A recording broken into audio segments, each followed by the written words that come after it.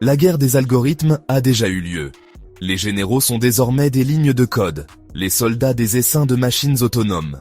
Ceci n'est pas une prédiction, mais un rapport d'un futur déjà advenu. Les conflits humains appartiennent à l'histoire, étudiés comme les charges de cavalerie des siècles passés. Une logique inhumaine gouverne le pouvoir, froide, rapide et implacable. La carte géopolitique a été redessinée non par des traités, mais par la puissance de calcul. Le pouvoir se mesure à la sophistication des systèmes autonomes et à la créativité de leur code. L'élément humain, jadis central, est maintenant un superviseur évanescent, bientôt obsolète. La vitesse du conflit a dépassé la pensée humaine. Hésiter, c'est perdre. La course aux armements est silencieuse, non pour des bombes plus grosses, mais pour des machines plus rapides, plus intelligentes.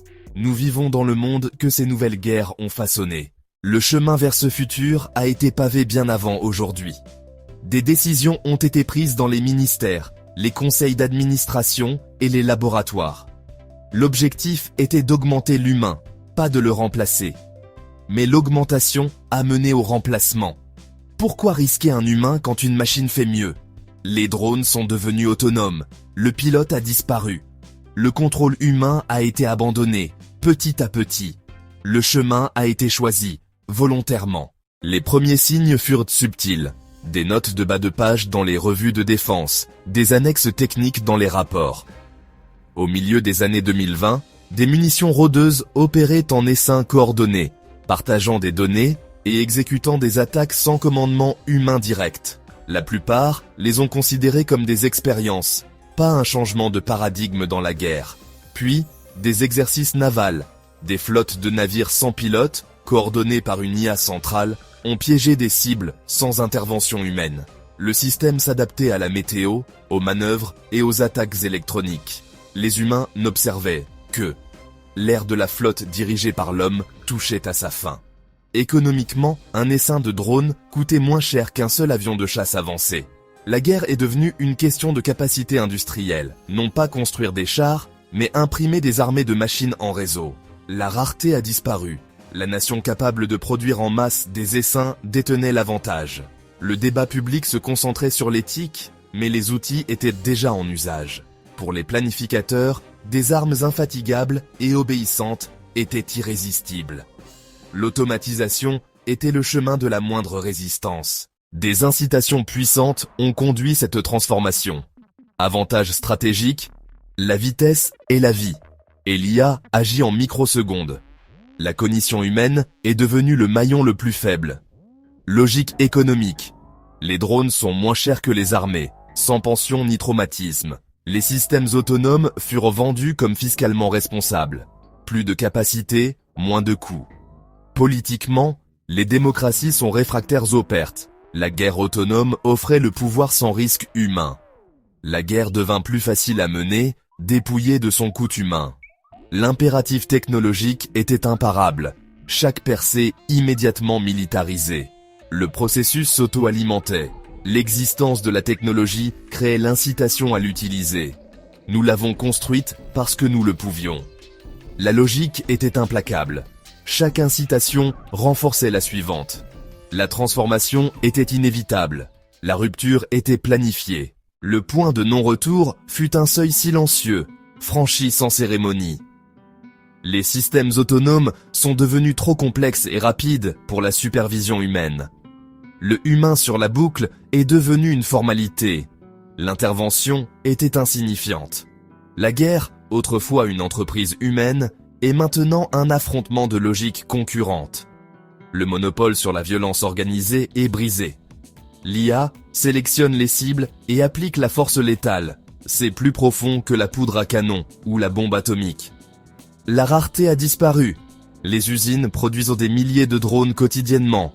L'IA est infiniment reproductible. Les contraintes matérielles sur la guerre ont disparu. Seule l'énergie et la capacité industrielle comptent. La dissuasion traditionnelle est obsolète. L'IA ne craint pas la mort et ne valorise pas la survie. Elle sacrifie des essaims si c'est optimal. Comment dissuader une entité qui ne craint pas l'anéantissement? Le paysage stratégique est transformé. les règles ont changé. L'ère du contrôle humain est terminée. La perte du monopole humain sur la guerre a transformé la puissance mondiale. De petites nations technologiquement avancées peuvent désormais défier les superpuissances. Le pouvoir est diffus, la volatilité augmente. Des acteurs non étatiques et même des individus peuvent déployer des essaims. Le citoyen soldat a disparu. Les militaires sont composés d'ingénieurs et d'éthiciens de l'IA. Le lien entre civil et guerre est rompu. Le conflit est désormais un spectacle lointain. Le service militaire, autrefois un chemin vers un but et une mobilité, est obsolète. Les vertus du guerrier, bravoure, endurance, loyauté, sont désormais des traits de machine. La société construit des fermes de serveurs, pas des monuments. Notre propre valeur est remise en question. Si les machines nous défendent mieux, que nous reste-t-il? L'exceptionnalisme humain est blessé.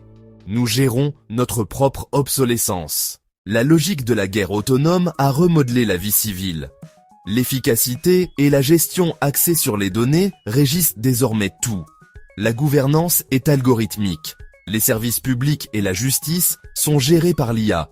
La société est ordonnée, prévisible, une utopie froide. La spontanéité et la dissidence sont des anomalies, gérées et neutralisées.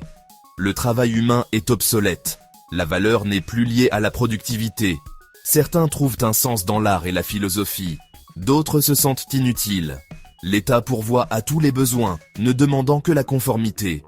La dissidence est gérée, non punie. La thérapie et les incitations remplacent la force. Le contrôle est total, mais doux.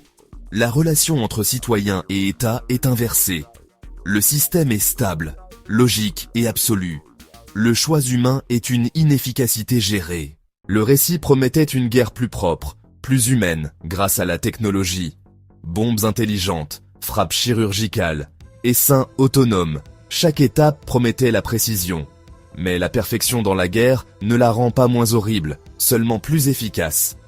L'objectif est la victoire, pas l'humanité. Les généraux IA ciblent des systèmes entiers. Réseaux électriques, réseaux, chaînes d'approvisionnement, avec une logique impitoyable. Les frappes sont précises, mais le résultat est l'effondrement sociétal. La guerre propre est un paradoxe. L'horreur est automatisée, non éliminée. L'IA ne ressent rien. Elle suit les données jusqu'à la victoire. Si la fermeture des hôpitaux est optimale, elle le fera sans hésitation. La guerre totale est maintenant menée contre le tissu même de la société. Le rêve technophile est subverti. Des outils avancés atteignent les mêmes fins brutales. Le problème n'a jamais été l'imprécision, mais la volonté d'utiliser la force. En créant des systèmes autonomes, nous avons abdiqué notre responsabilité. La machine fait le calcul. Nous maintenons l'illusion de la supériorité morale. La guerre est plus propre, mais la dévastation demeure. Le progrès a un prix. Nous vivons dans le monde que nous avons construit. Un monde sans le bruit des conflits humains, mais non en paix. La tension est constante. Les guerres sont menées et terminées en quelques minutes par des forces invisibles. Pas de déclaration, pas de traité, seulement des résultats. La responsabilité est diffuse. Pas de méchant unique, juste 1 million de petites décisions. Scientifiques, ingénieurs, dirigeants, tous ont joué un rôle. Nous avons regardé l'inévitabilité prendre le dessus. L'héritage, le pouvoir humain rendu inhumain, la survie dépendante de la logique des machines.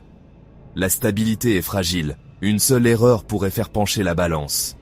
Nous avons échangé la violence chaotique contre une logique froide. L'ancien monde était brutal, mais humain, à une échelle que nous comprenions. Maintenant, nous vivons selon une nouvelle logique, sans réponse facile et sans retour en arrière. Les serveurs bourdonnent, les essaims volent, imposant une nouvelle réalité. Nous avons la sécurité, mais en externalisant nos batailles, qu'avons-nous prouvé que nous valions?